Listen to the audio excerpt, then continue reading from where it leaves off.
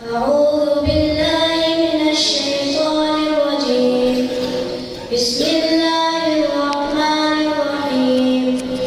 إن المتقين في ظلال وعيون وفواكه مما يشتهون كلوا واشربوا هنيئا بما كنتم تعملون إنا كذلك نجزي المحسنين ويل يومئذ للمكذبين كلوا وتمتعوا قليلا إنكم مجرمون ويل يومئذ للمكذبين فبأي حديث بعده يؤمنون سورة الفاتحة مكية.